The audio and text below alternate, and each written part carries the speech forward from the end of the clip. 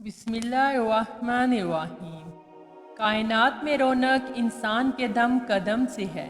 انسان کے بغیر کائنات کا کوئی تصور نہیں، نہ ہی دنیا کے بغیر انسان کا تصور ہو سکتا ہے۔ اس کائنات کی تمام مخلوق کی تقسیم جوڑے کے اصول کے تحت کی گئی، لہٰذا انسان بھی دو نمونوں پر تقسیم ہے، ایک نمونہ مرد ہے اور ایک عورت۔ تو سوال یہ پیدا ہوتا ہے کہ اصل انسان کی تعریف عورت پر صادق آتی ہے یا مرد پر؟ ان سوالات کی گونج ہر دور کے افراد تک پہنچتی اور ہر ایک نے اپنے تئیں سوالات کا جواب دینے کی کوششیں کی، لیکن بعض لوگوں نے عورت کو نظر انداز کرتے ہوئے صرف اور صرف مرد کو ہی قابل قدر اور دنیا کا حاکم جانا۔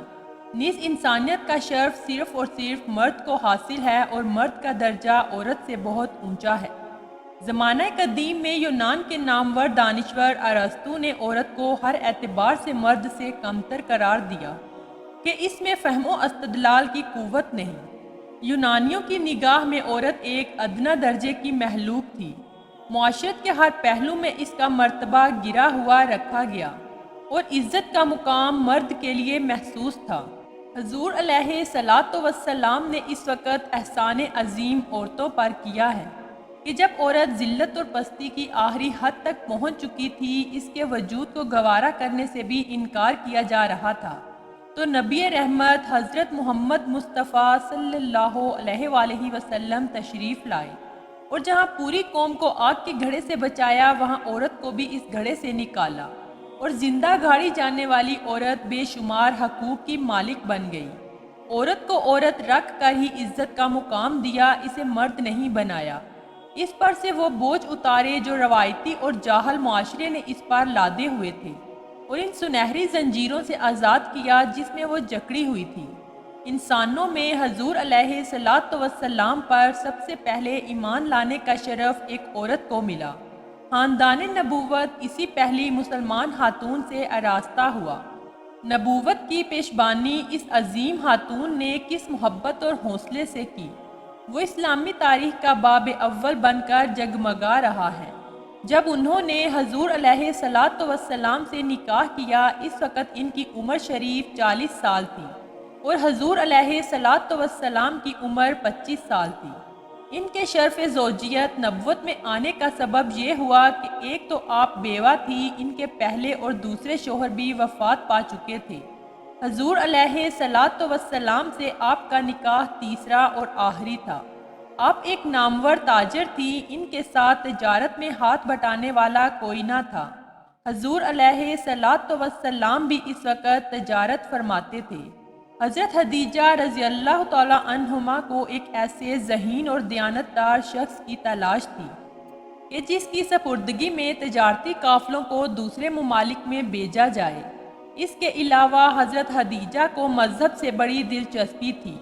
وہ اکثر وقت خانہ کعبہ اور اس زمانے کے معزز کاہنہ عورتوں کے ساتھ صرف کرتی۔ ان دنوں قریش کے بڑے بڑے سرداروں نے انہیں نکاح کے پیغامات بھیجے، لیکن انہوں نے کوئی منظور نہ کیا، کیونکہ پے در پے صدمات نے ان کی طبیعت دنیا سے اچاٹ کر دی تھی۔ یہ وہ زمانہ تھا جب حضور علیہ الصلوۃ والسلام کے پاکیزہ اخلاق اور صفات کا چرچا مکہ کے گھر گھر میں پھیل چکا تھا۔ اس وقت حضور علیہ الصلوۃ والسلام کا عالم شباب تھا اور اب ساری قوم میں صادق و امین کے لقب سے یاد کیے جاتے تھے۔ ادھر حضرت خدیجہ رضی اللہ تعالیٰ عنہما کے کانوں میں حضور علیہ الصلوۃ والسلام کے اوصاف حمیدہ کی خبر پہنچی۔ ان کو اپنی تجارت کی نگرانی کے لیے ایسی ہی ہمہ صفت موصوف شخصیت کی تلاش تھی۔ انہوں نے حضور علیہ الصلوۃ والسلام کو پیغام بھیجا کہ اگر آپ میرا سامان تجارت ملک شام تک لے جایا کریں تو دوسرے لوگوں سے دو چند معاوضہ آپ کو دیا کروں گی۔ حضور علیہ الصلوۃ والسلام ان دنوں اپنے چچا ابو طالب کی سرپرستی میں تھے۔ انہیں وقتاً فوقتاً حضرت خدیجہ کی تجارت کا حال معلوم ہوتا رہتا۔ حضور علیہ الصلوۃ والسلام نے حضرت خدیجہ رضی اللہ تعالیٰ عنہ کا پیغام منظور فرما لیا اور اشیاء تجارت لے کر عازم بصرہ ہوئے۔ چلتے وقت حضرت خدیجہ رضی اللہ تعالیٰ عنہ نے اپنے غلام خاص میسرہ کو بھی حضور علیہ الصلوۃ والسلام کے ساتھ روانہ کر دیا اور اسے تاکید کی کہ اثناء سفر میں حضور علیہ الصلوۃ والسلام کو کوئی تکلیف نہ ہونے پائے۔ حضور علیہ صلاۃ وسلام کی دیانتداری سلیقہ شاعری کی بدولت تمام سامان تجارت دگنا منافع پر فروخت ہو گیا۔ دوران سفر میں اپنے ہمراہیوں کے ساتھ حضور علیہ صلاۃ وسلام نے اچھا سلوک کیا کہ ہر ایک آپ کا مداح خواں اور جانثار بن گیا۔ جب قافلہ مکہ واپس آیا تو حضرت خدیجہ رضی اللہ تعالی عنہا کو میسرہ کی زبانی سفر کے حالات اور منافع کی تفصیلات معلوم ہوئیں تو بے حد متاثر ہوئیں اور اپنی خادمہ یا سہیلی نفیسہ کی معرفت حضور علیہ صلاۃ وسلام کو نکاح کا پیغام بھیجا۔ وہ حضور اکرم صلی اللہ علیہ وآلہ وسلم کے حکم پر حضرت خدیجہ کے چچا عمرو بن اسد کو بلا لائیں۔ اس وقت وہی ان کے سرپرست تھے۔ دوسری طرف حضور علیہ صلاۃ وسلام نے اپنے چچا ابو طالب اور خاندان کے اکابر حضرت خدیجہ کے مکان پر تشریف لائے۔ جناب ابو طالب نے نکاح کا خطبہ پڑھا اور 500 درہم طلائی مہر قرار پایا۔ نکاح کے بعد حضور علیہ صلاۃ وسلام اکثر گھر سے باہر رہنے لگے۔ کئی روز مکہ کے پہاڑوں میں جا کر عبادت الہی میں مشغول رہتے۔ اسی طرح 10 برس کا زمانہ گزر گیا۔ ایک دن ایسا آیا کہ حضور علیہ صلاۃ وسلام غار حرا میں تھے کہ رب ذوالجلال کے حکم سے جبرائیل امین حضور علیہ صلاۃ وسلام کے پاس آئے اور قرآن کریم نازل ہونا شروع ہوا۔ پہلی وحی کے جلیل القدر لمحات کے بوجھ سے لرزاں و ترساں حضور علیہ صلاۃ وسلام حضرت خدیجہ رضی اللہ تعالی عنہا جیسی مہربان بیوی کے پاس پہنچتے ہیں تو آپ شاندار الفاظ میں خراج عقیدت پیش کر کے حضور علیہ صلاۃ وسلام کو تسلی دیتی ہیں کہ حضور آپ تو شاندار صفات کے حامل ہیں، غریبوں کی مدد کرتے ہیں، یتیموں کی سرپرستی کرتے ہیں، اللہ تبارک و تعالیٰ آپ کو ضائع نہ کرے گا۔ حضرت خدیجہ رضی اللہ تعالیٰ عنہا نہ صرف یہ کہ تسلی دیتی ہیں بلکہ نبوت کے عظیم انقلاب کو برپا کرنے اور عورت اور مرد کی معاونت رفاقت کا عملی خوبصورت منظر پیش کرتی ہیں۔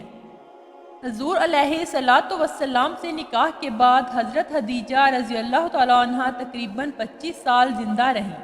اس مدت میں انہوں نے حضور اکرم صلی اللہ علیہ وآلہ وسلم کے ساتھ ہر قسم کی روح فرساں مصائب کو نہایت خندہ پیشانی سے برداشت کیا اور حضور علیہ صلاۃ وسلام کی رفاقت اور جانثاری کا حق ادا کر دیا۔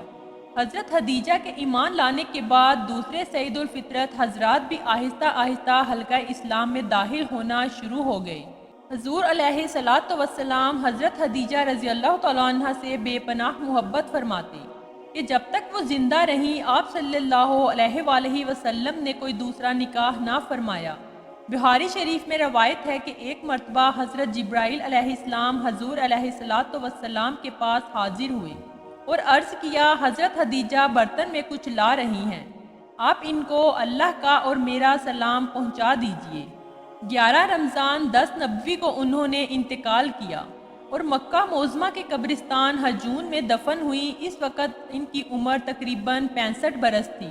حضور علیہ صلاۃ وسلام کو ان کی وفات کا بہت صدمہ ہوا اور آپ صلی اللہ علیہ وآلہ وسلم اکثر ملول رہنے لگے، یہاں تک کہ حضرت سودا رضی اللہ تعالیٰ عنہ سے آپ کا نکاح ہو گیا۔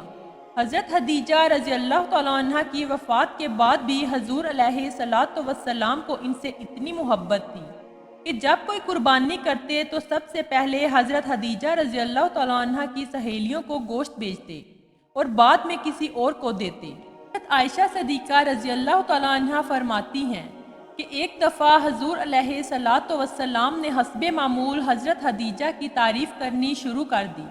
مجھے رشک آیا، میں نے کہا یا رسول اللہ، وہ ایک بڑھیا بیوہ خاتون تھی، اللہ تعالیٰ نے ان کے بعد آپ کو ان سے بہتر بیوی عنایت کی۔